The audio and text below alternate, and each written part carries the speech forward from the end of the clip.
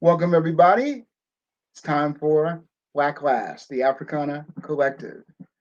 I'd like to explain a little bit about who we are and what we do before talking about tonight's event.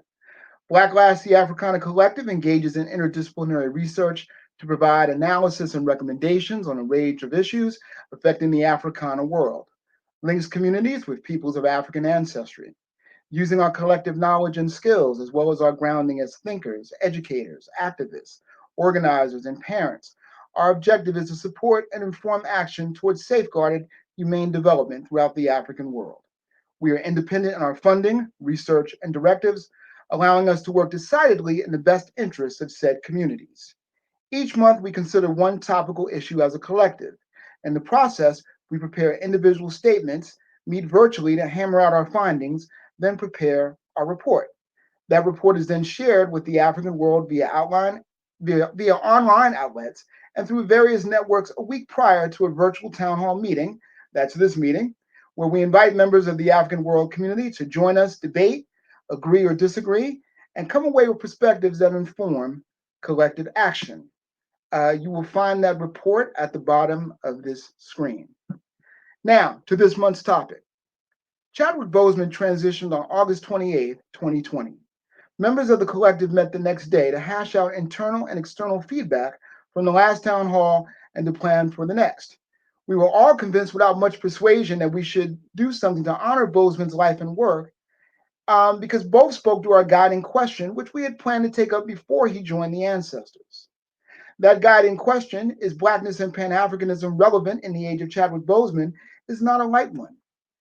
By age, we mean the life and afterlife of Boseman, the characters he embodied with dignity, and as a stand-in for all ancestors who stand next to us, to whom we stand shoulder to shoulder, in the fight of our collective lives for the African world. So that's our topic.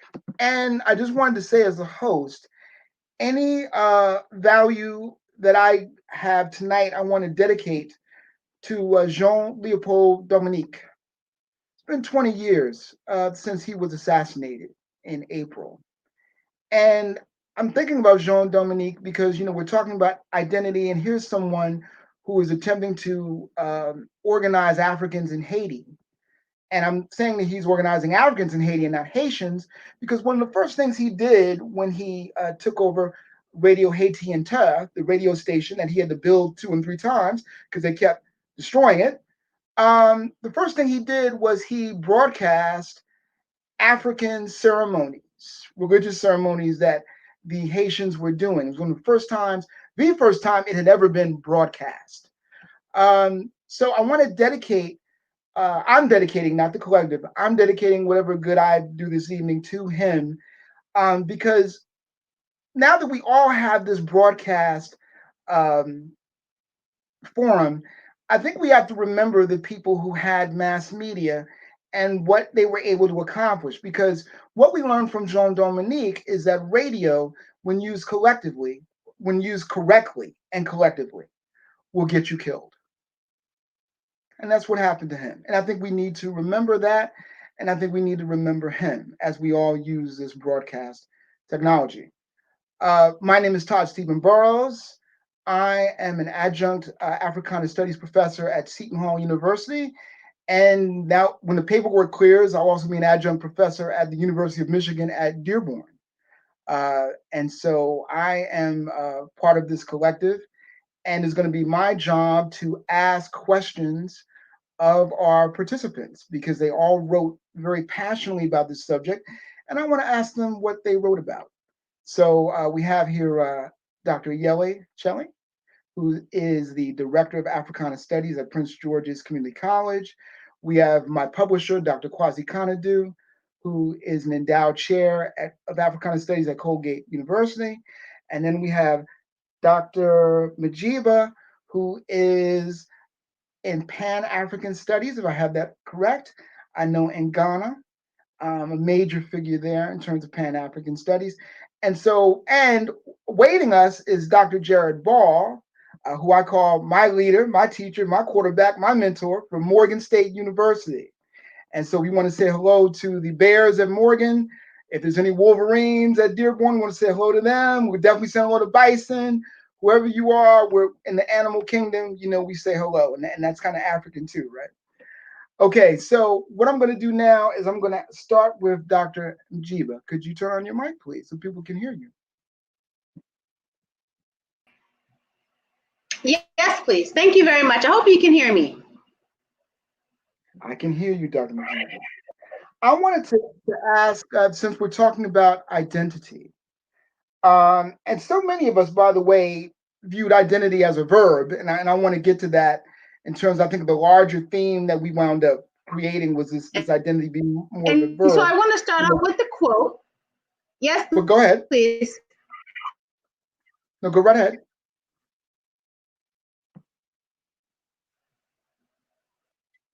Oh, no, go ahead. Oh, no, I wanted to hear your quote.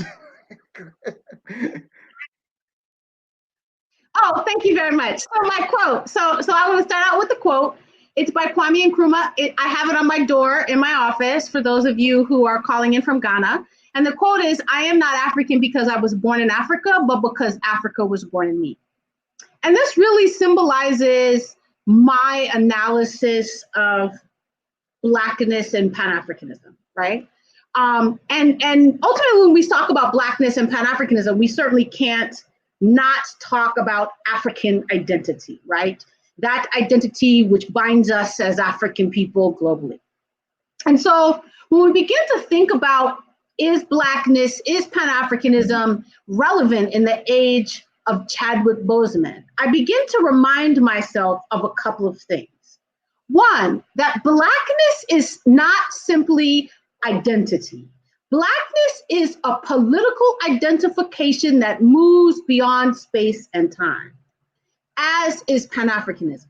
Many people have asked, is Pan-Africanism an ideology? Is it a movement? Is it an objective?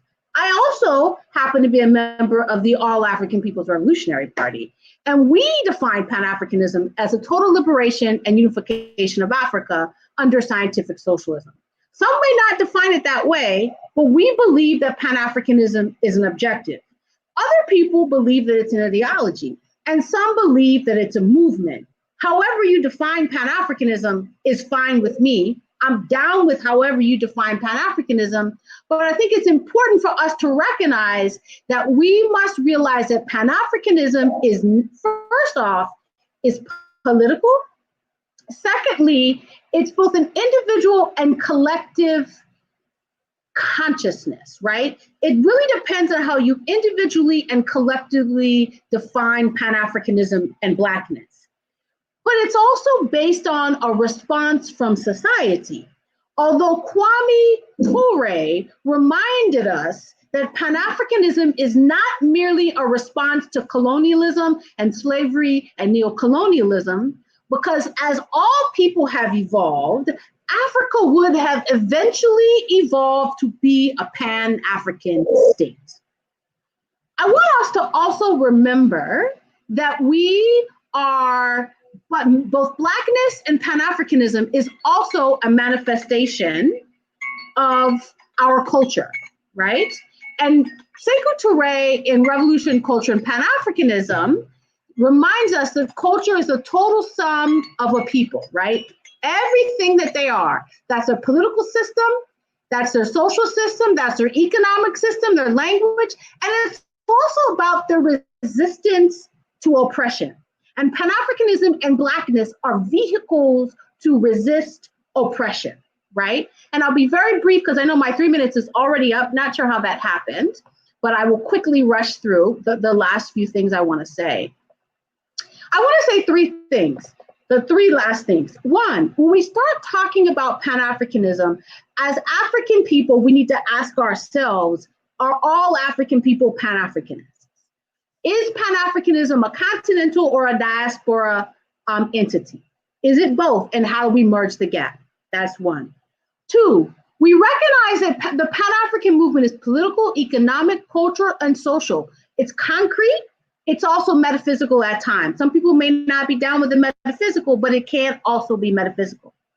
And when we begin to ask ourselves, for me, this author, when I'm asking myself, Is Pan-Africanism or Blackness relevant in the age of Chadwick Boseman or these other actors? I recognize, one, that these people are individuals who have individually succeeded in a system which pushes rampant individualism and capitalism, number one. Number two, I would suggest that, yes, it's very valid. It's valid because the IMF and World Bank is still exploiting Africa. It's valid because raw resources are still coming out every single day. It's valid because our African folks in Latin America still are fighting for recognition that they're humans. It's valid that African people are still being killed brutally in the street in places like DC and Charlotte, North Carolina, and in Bahia, Brazil. So the question becomes, are we going to join the fight, the Pan-African fight, like Marcus Garvey and Kwame Nkrumah and Sekou Touré and Kwame Touré and Shirley Graham Du Bois and this one and Claudia Jones, or will we sit on the sidelines and question if Pan-Africanism is relevant? I'm now going to the chats. Congratulations. Wait a minute, because I have a question. I was going to make a joke to you before you started, but now, since you've done the presentation, now I have to ask you the joke as a serious question. So here's my question. Here's my question to you. With what you just said, and again, our larger theme seems to be about Blackness and Pan-Africanism being a verb. What do we do with our sister, Dr. Krug? What do we do with her? Let me say this. I do not waste my time. I do not waste my time or energy on individuals like that. Okay. I would rather be concerned with people of African descent who are down with Africa and the Pan-African movement. Simply said. Dr. Majiba, thank you so much. And thank you for doing the chat. Thank you very much. I'm in the... All right. Well, thank you. So now we have to get Dr. Jared Ball up in here because I think it's time to talk about Chadwick Boseman from the point of view of media portrayals. And I know he has a lot to say about that because we've had these kinds of discussions about media portrayals for about 20 years at least. So while we wait for Dr. Jared Ball, I just want to say that this has been a very painful period for many of us. I'm going to be very honest with you. 2 Fridays ago, I cried like a child for 5 minutes because I knew that something very special that had happened was over. And I knew symbolically what that meant because I didn't know Chadwick Boseman and I didn't know anything about his background. But what I've learned in the last 10 days about his background, and I know that Dr. Achille will be talking about this with us because she actually knew him as a fellow undergraduate at Howard. I know that if I had wanted to make up, what I wanted a Hollywood actor to be like privately and secretly, it would have been Chadwick Boseman. And so we've lost something, not only symbolically, but we've lost something kind of literally that we have to deal with. All right. And let's see, we're still waiting for Dr. Ball. Let me try to ring him again. Maybe I didn't do it right the first time. Let's see.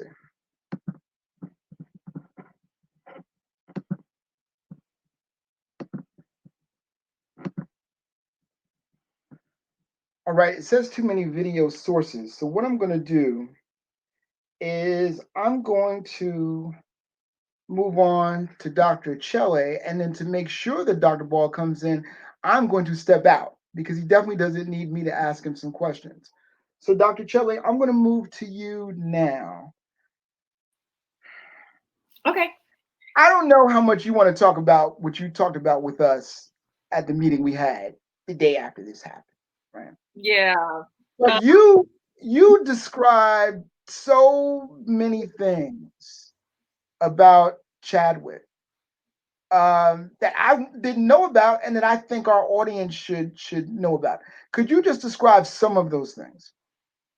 Sure. I think when we think about the question of identity, a Black identity or a Pan-African identity, a Black or Pan-African consciousness, we really have to view his personal world and his professional world as extensions of that, or as being grounded in that.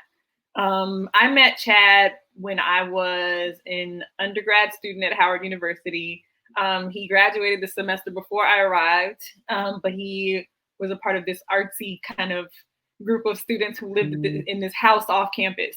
And we all kind of just piled up in that house together, and some of the older students who had already graduated would kind of come back and haunt the place, just be in the energy. It was really a wonderful and interesting space. And he was kind of still in and out of DC, so he would crash there sometimes. He was auditioning and writing plays and producing, and he was always rehearsing lines or going over things, and just being a part of the arts community. I mean, one thing I know about Chad, besides kind of his personal merits, which, they're just pretty consistent from anyone who's known him. He is exactly as everyone says he is. He's gracious, he's quiet, he's powerful, he's just he's charismatic, he's generous in spirit, all those things. But I think also to know him as a scholar, as a student of our history and our culture as African people, is something people don't really fully acknowledge. I think we all have an inkling, right? But I mean, he worked at, a Black bookstore, and he was Pyramid books. Yeah, he did, right? And now explain our audience of students the significance of working at a Black bookstore and what the significance of the Black bookstore is in political and cultural socialization. Oh my goodness. I mean, for those of us in the DC area, if you go to Howard University, now your Black bookstore is probably Sankofa video bookstores, right? But before that, there was Pyramid Books. You could go into Blue Nile, the herb shop, and learn some other stuff. They had a few books. So it really was these are all of these little spaces along Georgia Avenue. The Georgia Avenue corridor are like educational spaces. The elders who were in the movement, they would also frequent these spaces, and he would just be in there reading. I mean, just absorbing what was in there, all of those books, all the little cultural, artifacts that were in there. Baba Tahuti was just a walking repository of African knowledge anyway. Just walking in there, you could end up being there for an hour, 3 hours, and not even notice the time passing, right? So there are places like this all over the country. Absolutely. And there are people who own bookstores like this all over the country, where Black people got their information before Black Twitter. Absolutely. And then keep going. When we start getting involved in activism, these are our meeting spaces. When we do our art, these are our spaces that give us room to express the art that we've created, to share it with our community. So these are really important spaces. These are the spaces that shaped him, trained him, groomed him, informed and influenced him. Like I said, he was on the street corners with the hip hop heads doing ciphers and poetry. He was in all the poetry places. He was with the African percussionists, the capoeiristas. I mean, literally anywhere that an African derived culture was happening, he had a hand in that. He was in there and he was absorbing. And that was the thing. He had such discipline with it. He treated our culture as if it was a precious, sacred thing, and sought to always improve it and make it better, and present it in a way that was dignified and honorable and had dimensions and humanity. He was very careful about that, and some people think that is a form of respectability politics, but I think it was so much deeper for him. I think it was political, referring back to what Sister Mjiva was saying. It was ideological. It was also about like the future. It was Afrofuturistic. It was about building a legacy. It was always thinking generations ahead of himself and kind of what they would find that he's left for them, because that's what he was, the receiver of what was left for him, right? We were all those receivers of what our elders left for us. So he was very intentional about that. It's interesting you mentioned these connections, because I just watched video of him with Trevor Noah, and he was talking about how he had to make sure, he and John Connie, who played his father, they had to make sure to give T'Challa an African language and an African accent. because Marvel would have gone with like a British accent or whatever. And he told them like, no, T'Challa. One day we're going to be in Wakanda, and T'Challa can't be a Brit while everybody else around him is an African. So like, and he talked about how the people at Marvel and other people were afraid, oh, well, no one's going to be able to follow what you say in this African accent.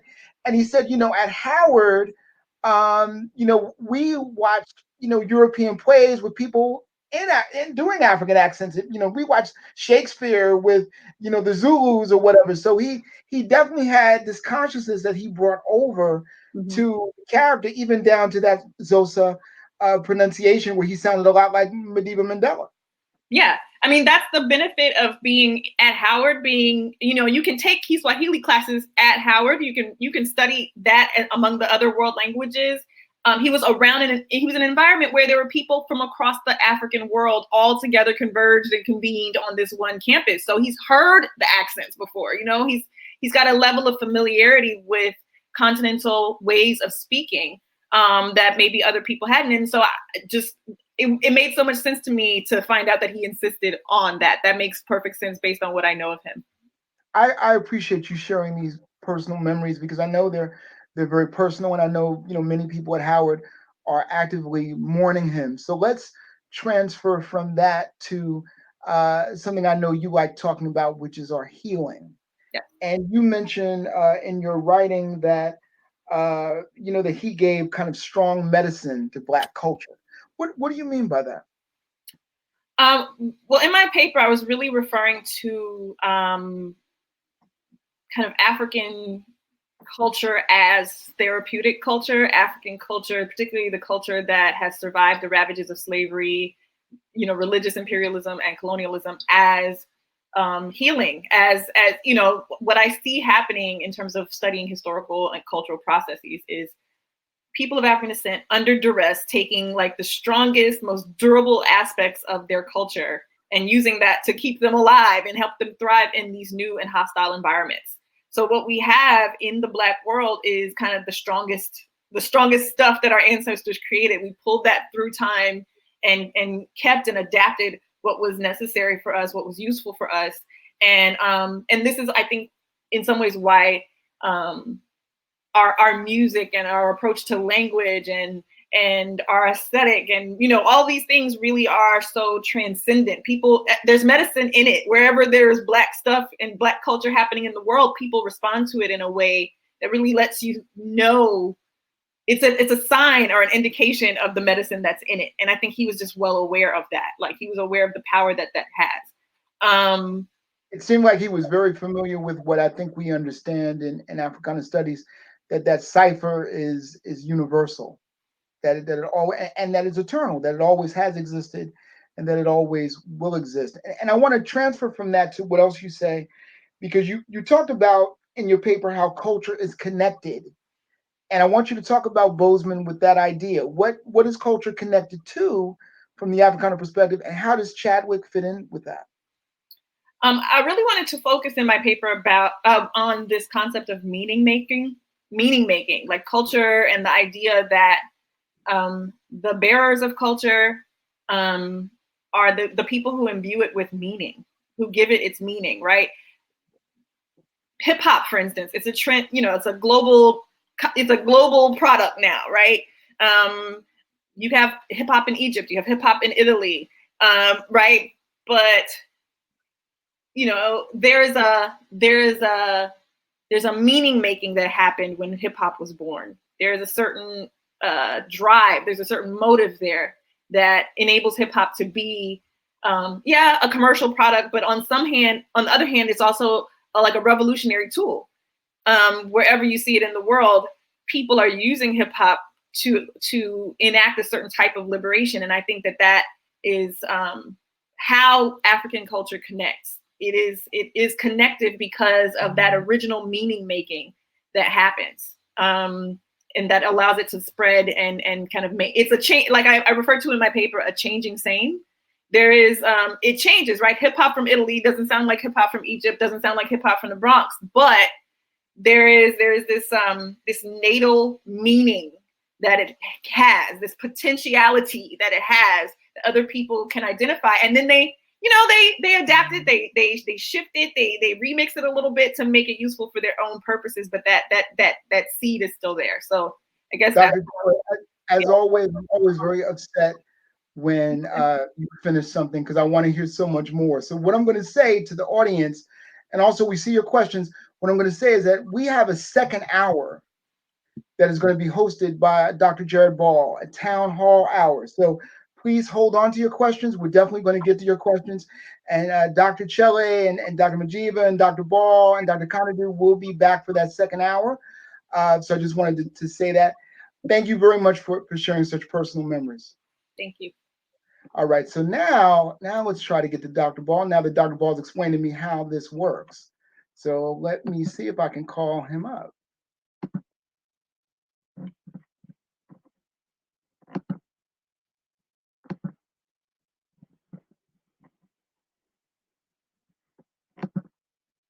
And it's always exciting to have Dr. Ball because he is one of the major scholars of this day. He's not only a scholar of mass media and communication, he is now a major scholar of the myth and propaganda of Black buying power, which is really taken off to the point where even NPR had this. Okay, no, I've not gotten over the NPR. I've not gotten over the NPR. He laughed at that because he knows that NPR is listened to by every major white college professor in the United States, right? So he is famous not only to us in the African world, but a whole group of people that did not know who he was. So of course we thank him for joining us. Now, Dr. Ball, I have questions galore for you. I'm just going to pick my favorite ones. Let's start with the basics. Du Bois says all art is propaganda. Are you saying then in your paper that a massive part of American art is colonialism? So yeah, first I have to say that your introductions are the layers are artful and skillful, but I appreciate it, nonetheless. But look, actually, I think my initial reaction would be that all art is colonial. If I remember correctly, there was something that Vernon said that in a colonial setting, everything is consciously racist, that there are no accidents of racism. And I largely agree. So I don't know how many questions you have, and I don't want to so I'm going to keep my answer very short for now. But so yeah, I think all art is colonial, and that's actually one of the tensions that I was struggling with in my essay, and that I think Brother Boseman encourages this struggle between our anti-colonial preferences and endeavors and the colonial reality of the apparatuses within which we're working. I appreciate the brevity, but yet the depth of that response, because I have more questions, so that's good. So we have more time for more questions. Dr. Ball, one of the tensions I noticed in your piece was the Black Panther movie versus a certain theory you have called the Vernon Philosophy. And I would love for you to talk about the Vernon Philosophy in depth and talk about, did Chadwick Boseman defeat it with the Black Panther movie? I know you have a lot to say with there. No, I don't think Chadwick Boseman conquered the imposed messaging or propaganda. Forgive me, do me a favor, ask that question one more time. Define what the Vernon Philosophy is. Right. And if you already answered the second part, you said he didn't defeat it. So in there because you said the movie might have been a mistake of empire. So I wanted you to talk about the Vernon Philosophy and then talk about your struggling with it maybe or may not being a mistake of empire, the Black Panther movie. All right. So the Vernon Philosophy of Black media avoidance was something I gave name to. Just really, it's been said by all the anti-colonial theorists for decades. But as a shout out to my former coworker, Vernon, who years ago when we were delivering pizza or working at a pizzeria said, that he was never going to again see, and a Morgan State grad, by the way, I should say that. He said that he was never going to see another movie that featured Black people ever again because he said we never came off looking proper. We never looked good. So he didn't want to see any movies with any Black people, period. And at the time, I thought it was, going overboard. Obviously, I was like, how can we not watch whatever? But at this point, at least, in terms of an analysis, I think he's correct that none of us in any oppressive situation should look for ourselves in the mainstream commercial product that co-ops our imagery. I have to admit, there's been a couple of challenges to that theory. Obviously, I happen to unfortunately not count any of Boseman's work among them, not through any fault of his own, but just I think the structure itself. One of them that I remember off the top of my head was recently on Netflix. I believe was it Netflix, the WASP network. Right, about the Cuban, the anti-terrorist Cuban network of 80s and 90s radicals in Cuba who, in defense of Castro's revolution and the Cuban Revolution, infiltrated anti-Cuban, anti-Castro Cubans in Florida to destabilize the terrorism they were waging against the people on the island. And I thought the film was so good. It was strikingly, it was uncomfortable. And then I saw one of the Cuban Five who had been captured and imprisoned as a political prisoner as a result of that work, who was depicted in the film, say that the film did a really good job. So it confirmed what I saw. So that was one of the few rare exceptions. But in this case, in terms of this conversation, I don't think any of Boseman's films or performances were able to overcome that, and we could talk more about that later, and particularly in the second hour. But again, it's not through any fault of his own. And as I was thinking about what our colleagues had written in these pieces, Professor Konadu and Ichelli in particular, making reference to and I made a note here where Dr. Ichile says that Boseman devoted his life, his personal and professional choices, to the maintenance of Blackness, the invocation of Pan-African identity. I totally agree with that. The question is, for me, as anyone who studies propaganda, everybody, the question is not, is propaganda good or bad? The question is, what is the intent? It's not even a question of is it good or bad or successful. The question is the intent of the propaganda. Well, let me interrupt you there. So that's okay, sure. Because you say that this follows up. That you say that propaganda can only intend but not guarantee. What do you mean by that? Well, everybody produces propaganda, myself included, and there's just an intent behind the messaging. There's a political goal meant to influence the audience, and so the question is I can't, neither I nor even a more powerful entity like Disney can guarantee. And this is where I was saying that some will see Black Panther as a mistake of empire for all of its positivity. I happen to disagree with that, but that's in that conversation. That's the point I'm getting at here. The intent, I think, is clear, that Disney is not intending to radicalize African audiences. I think we would all more or less be quick to agree with that. The question then is, does their intent succeed? Does the propaganda they produce succeed? And some would disagree with me and say that it does not. And I would argue that that's not the case. But this is sort of the point. And what I kept coming back to, at least in part of my response, was in Dr. Ichile and some others that I know who knew Boseman, in writing these powerful personal public reflections, were I think in the moment indicating the struggle that we're dealing with between our intent to be anti-colonial in our work, in our presentation, whether it's an artist, an entertainer, or an academic, or a journalist, but at the same time, not necessarily being able to overcome it. One thing I didn't write about, for instance, is that many of us produce journal articles for peer-reviewed journals that we don't own, that we often know most people we would want to are never going to read.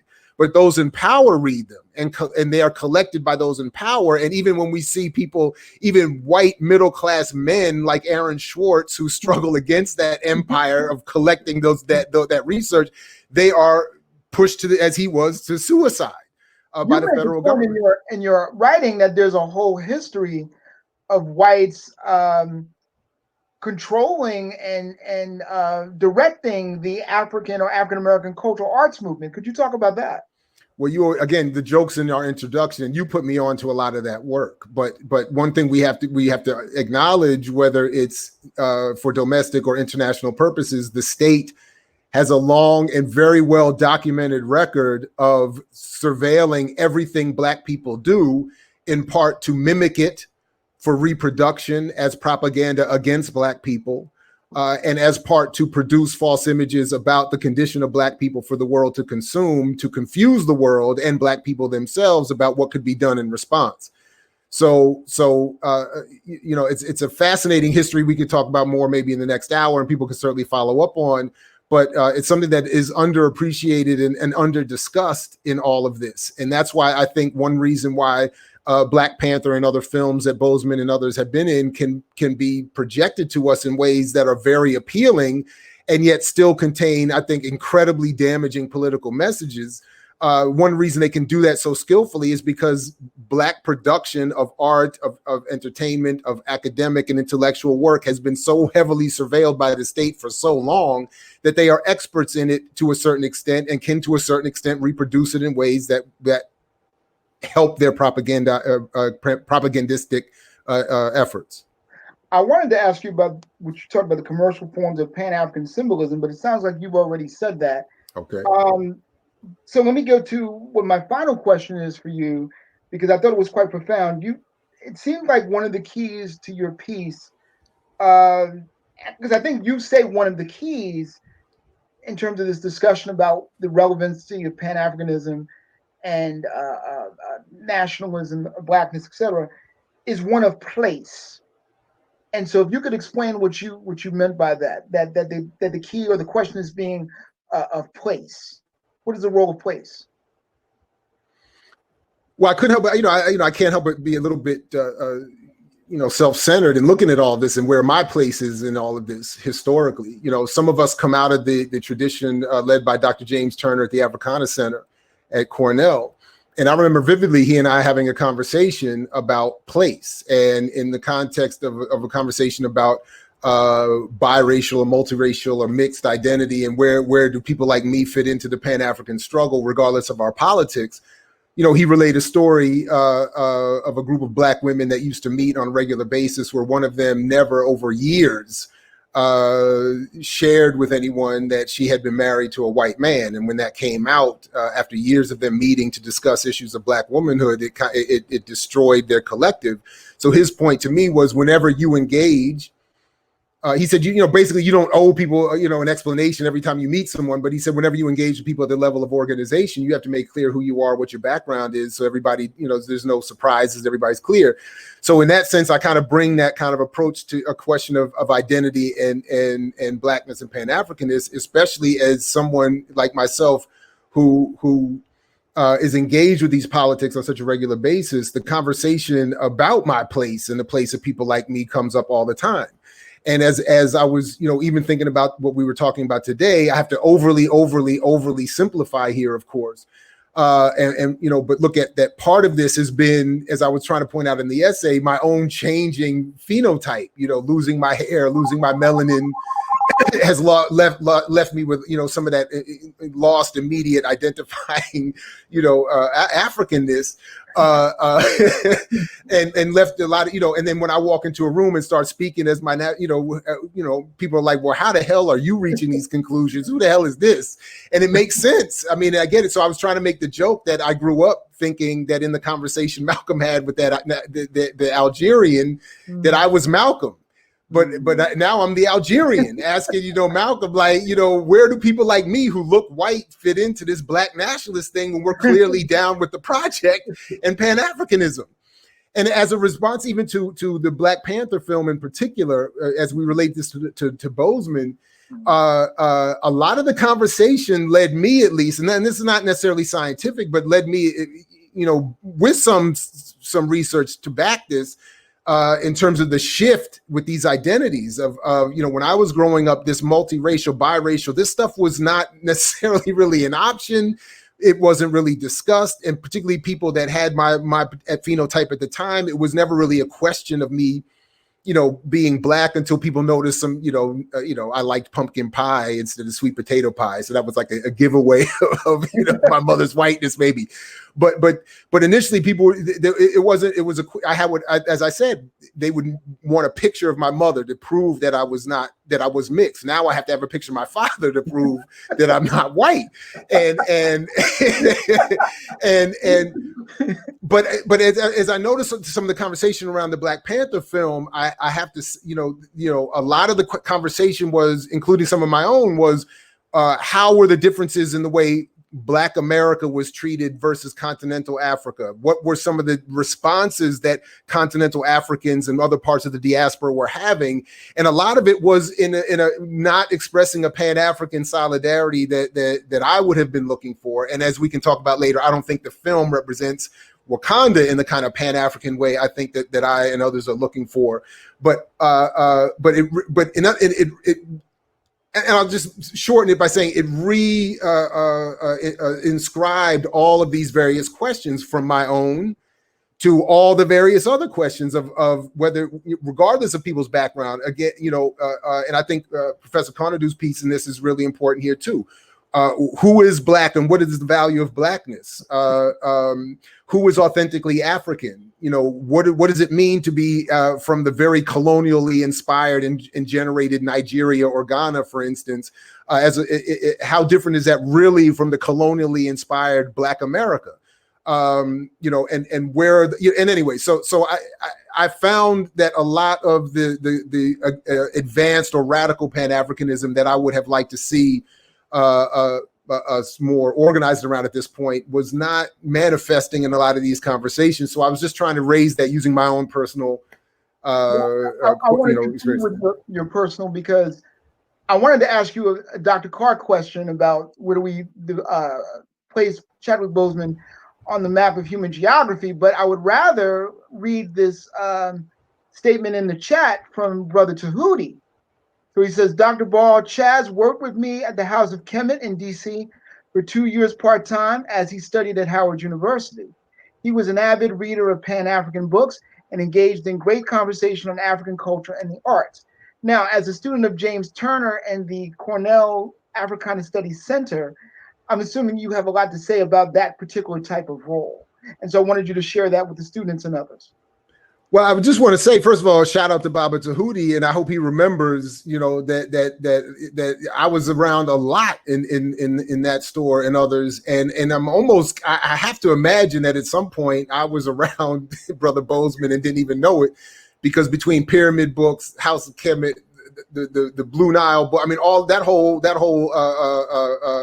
Black Nile, or Georgia on the Nile, or I'm forgetting the phrase, on Georgia Avenue, I was all over that place for a long time. So but the importance of it is that these were places where not only could, and Dr. Ichile spoke to some of this already, but these are places where not only can you find all of this information that you can't find anywhere else, but this is where a lot of these conversations were taking place. People were gathering and debating and studying together and building organizations together in these spaces. So they have always been essential, and something that we would want to find ways to protect and preserve as everything seems to be moving more digitally, and we lose that kind of connected engagement. Dr. Ball, I'd like to thank you very much for connecting a lot of the dots and allowing us to get into a lot of the gray areas of identity. So I'd like to thank you for that. And now we're going to move on to our last collective member, a person who I met through Dr. Jared Ball, who is a fellow student with Dr. Ball of James Turner at the Cornell Africana Studies Center. And he just so happens to be my publisher. I just want to tell a very brief story. We never met. I wrote the book got published, and we had never met. We only talked on the phone. and he came to an event that I was having with Dr. Greg Carr at Medgar Evers College, and that was the first time we ever met. And I was very impressed by his extreme, incredible knowledge of African culture, but also by his humility. And so it's my honor to say hello to Dr. Kwasi Kanadu. Thank you. Appreciate it. Now, in the moments we have, and we do have a few moments, you also went with this kind of same theme that many of the writers did about Pan-Africanism being more of a verb than a noun. So I wanted to ask you some questions around that theme in terms of what you wrote, and whatever else you want to add will be fine. But first, I want to talk about the role of Howard University. Howard keeps coming up, and if a certain election goes a certain way, Howard is going to continue to come up for many years to come. And as someone who lived about a half hour from Howard, I could imagine the responses that's going to generate throughout the Black world and the African world. So what is the role of Howard University in Pan-African and Black identity? Well, this may sound strange and ironic, but I'm probably not the best person to answer that question, only because unlike Dr. Chile and Chadwick, my experience at Howard was as a graduate student. And so I didn't have the sort of on-campus living and interaction with student body that most undergrads do. When you're that younger, you tend to have these very frequent and sort of without responsibility interaction. So, for instance, I came to Howard as a graduate student for a PhD program, and at that point, Chadwick and I had missed ourselves by only a few months. In fact, I came to DC in June of 2000. He graduated, I think, in May, a month earlier. So he and I never crossed paths, even though we were probably a month apart. So the Howard University is not the Howard University experience that people like Ta-Nehisi Coates writes about almost fantastically. My Howard experience, it wasn't a very positive one. I didn't see Howard as the Mecca because I only went to Howard. I taught at the HBCU as my first college gig in North Carolina. So my perspective is shaped not only as a student, but also as a professor. And I saw the same thing in terms of how institutions like that worked and didn't work. But I have a rule that, a value-based rule that, I'm not going to say anything negative about Howard, but nor am I going to fantasize about it as people like Coates does.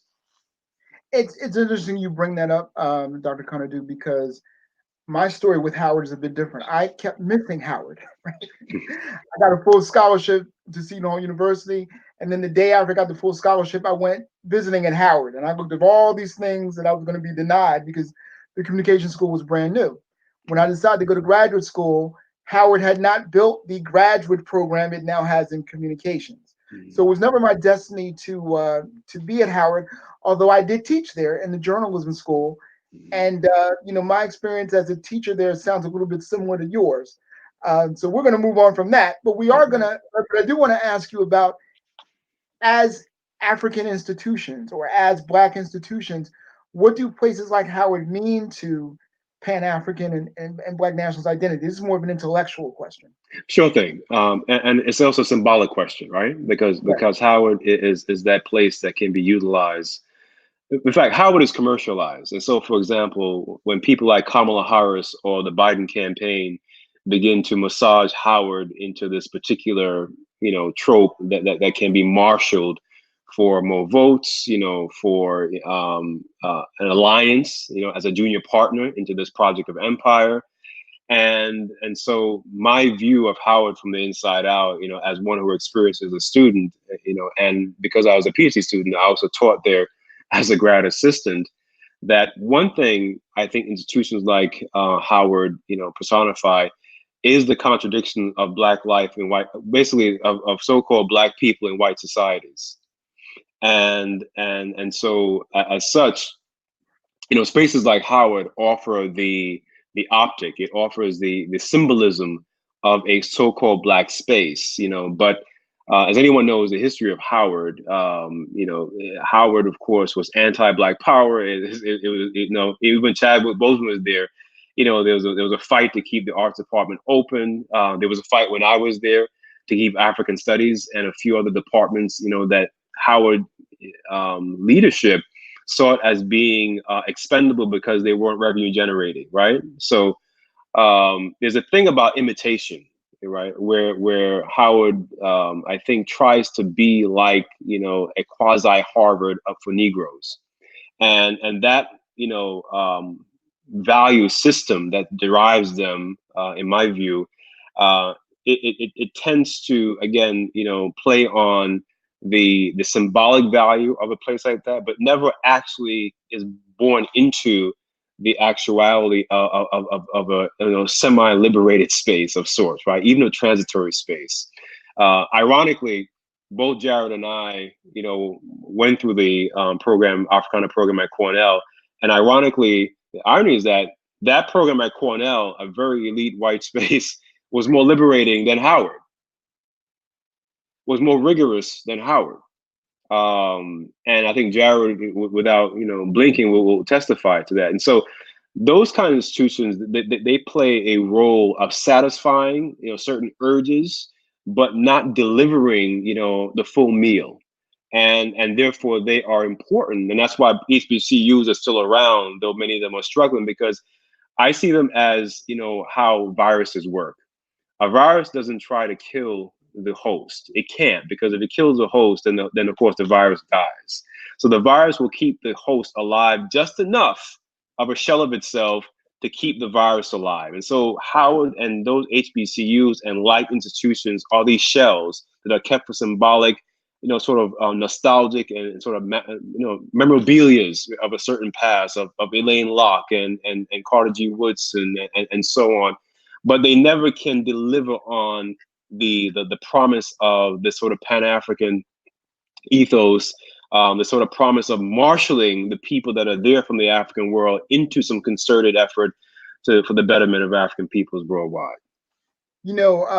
Sometimes I think that Crowdcast is going to blow up with all the decolonizing statements that all of you make. And all of you are just extraordinary at making these decolonized statements in such calm, reasoned voices. I'm just always impressed with that.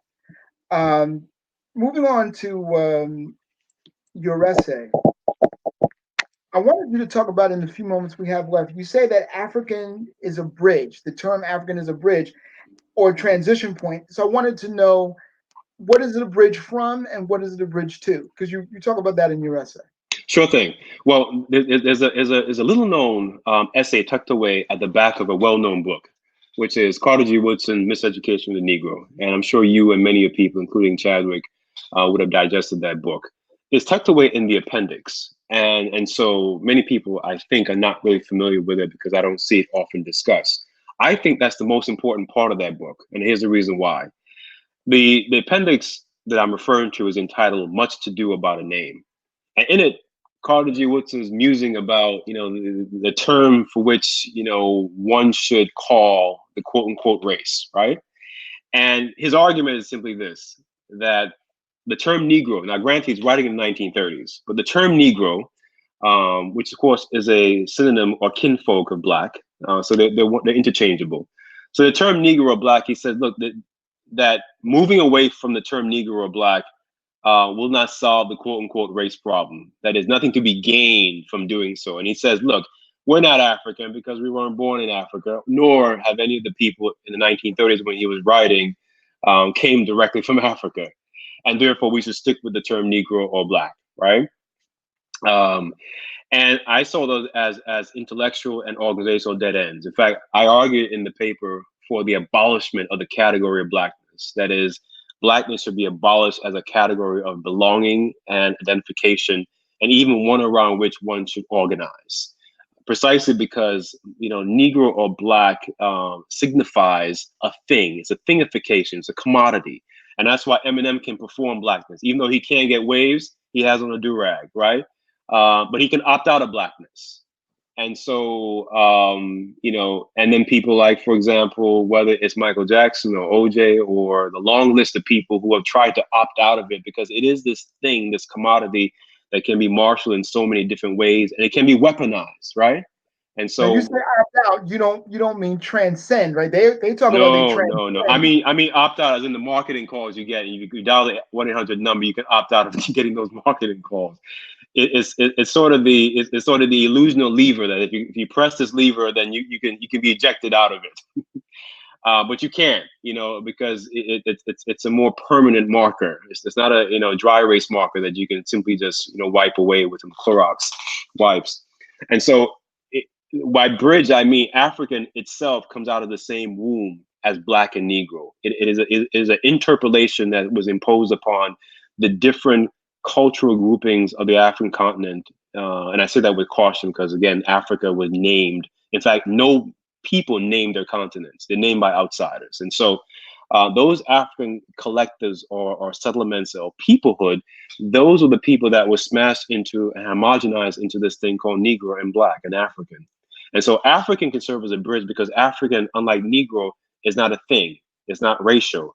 It's really a geographical term. And so it can be a bridge to get to that place of the thing that we decide. Now, I know in the 1980s, Jesse Jackson and company in Chicago pushed for, I'm sure you and the people in the you know, in the audience may remember, had pushed for using the term Afro-American. Remember that? African American. And it was Afro-American was in the early 70s, but I remember when Jesse Jackson had a press conference after 88 where he said we should start calling ourselves African American. Exactly, right. Which of course is a dead end. I mean, it leads to the same end. And so all of these terms, because they're dead ends, the bridge, the transitory point to get people from this place of sort of this sort of necro,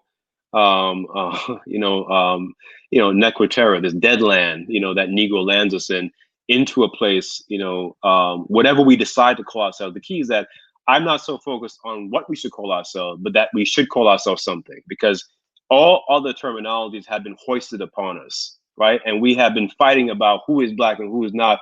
And so essentially, we're like lions in the zoo in a cage arguing about, you know, who controls which corner of the cage, not realizing that we're in a cage.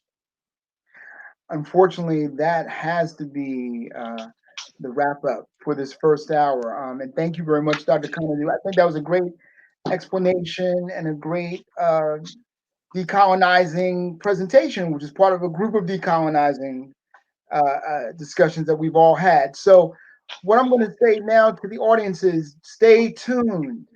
We are having a second hour. The second hour is hosted by Dr. Jared Ball. Everybody you saw will be returning, and we will be dealing with your questions. If you have more comments, put them in. If you have more questions, put them in, because we're going to spend the hour talking some more about all the issues that we have brought up. And I'd like to thank the organizers. I'd like to thank the people who have shown up. I'd like to thank the people who will be showing up soon to watch these. And we will continue to do these presentations because as a collective, we believe in passing along information to our people in the best way we can and in the most accessible way we can.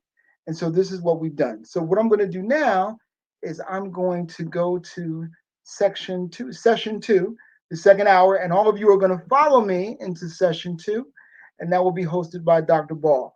So until we see you in the second hour, thank you very much for joining us.